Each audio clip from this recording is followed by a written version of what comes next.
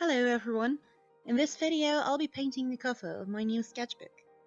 This is again the Talents Art Creation sketchbook, just as the last one I used, but this time it's an A4 size instead of an A5, so I have more space to work with. For this sketchbook, at first I only knew that I wanted it to be Art Nouveau inspired.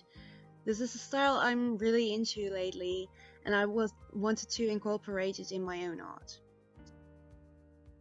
If you're not familiar with art history, Art Nouveau is an art style that was at its height during the late 1800s and early 1900s.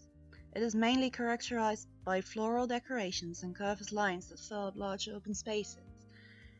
It was also used a lot in architecture and can be seen a lot in important places in European cities. I first sketched out my design with a pen. I did this with a pink pen, which will be important later. I was able to see that pretty okay, but the camera didn't pick it up at all. I did this because I didn't really trust myself with going in with paint straight away. Also, I wanted to keep the open spaces in the painting the black of the sketchbook itself. Therefore, I needed to know where I should put gesso and where to leave it open. To avoid smudging, I had the pen dry overnight, but as soon as I went over it with gesso, the ink lifted immediately. That's why the gesso turns pink when I go over it with white gesso. I was really afraid that this would affect my final painting, which it did. But it's okay, I kinda like it.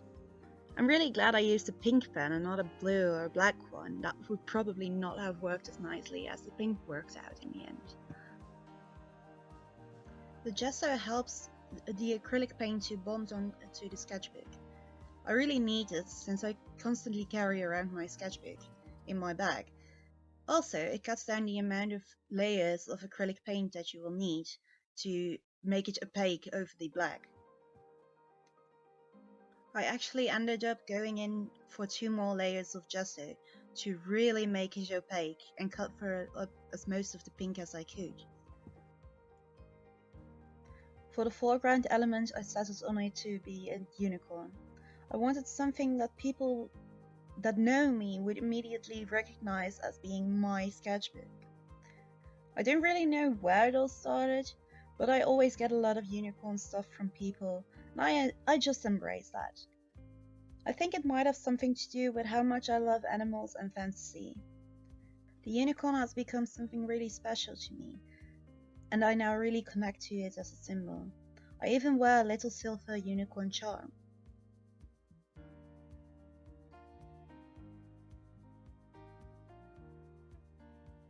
Color-wise, I wanted to go for a pearlescent pastel pink for the unicorn itself, and a bluish green for the foliage. Sadly, my pearl medium had gone bad or something, but it just wouldn't mix.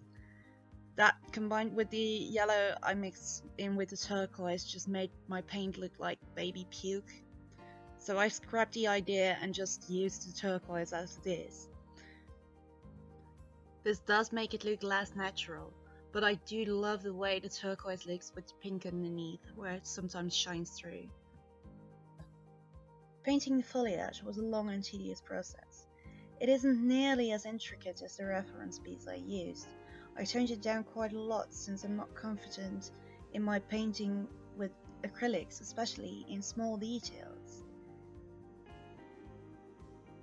Initially, I also wanted to paint flowers in between the unicorn and the foliage, but I figured that might just become too much and throw the composition off balance, so I scrapped that, and I'm really glad I did. Decorative elements like this are very defining for Art Nouveau.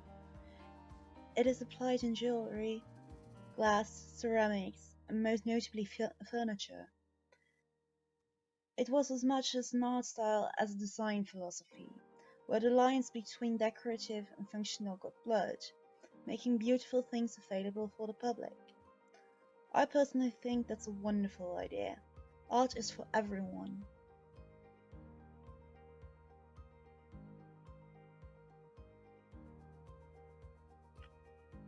I think this still applies to all time, but more in terms of creating art.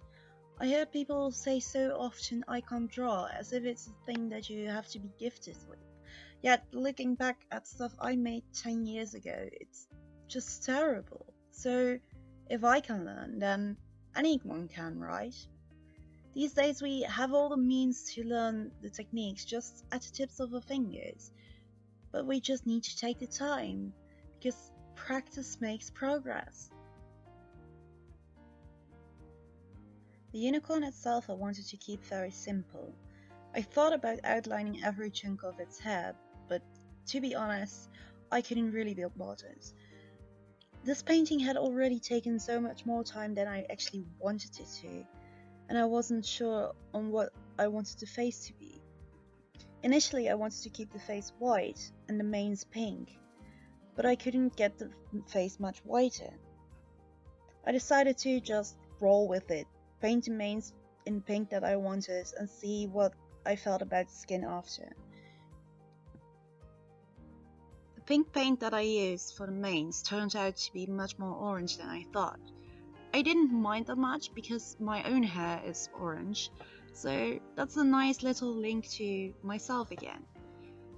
For that reason, I decided to just keep the gesso pink for the face, just add some shading.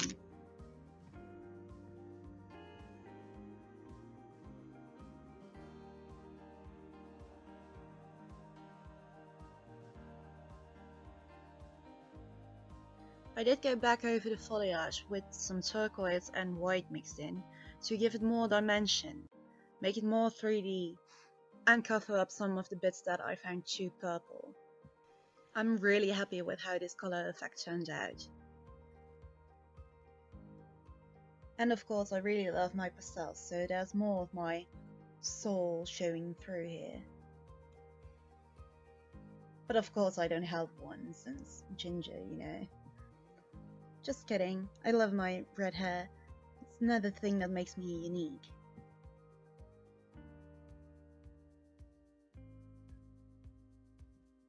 Then I pass over the mains one more time with a slightly lighter color again to get that same effect of dimension. With this I also really paid attention to the direction of my strokes, so it looks like naturally flowing horsehair. As if there's a breeze from the side making the hair flow in the wind.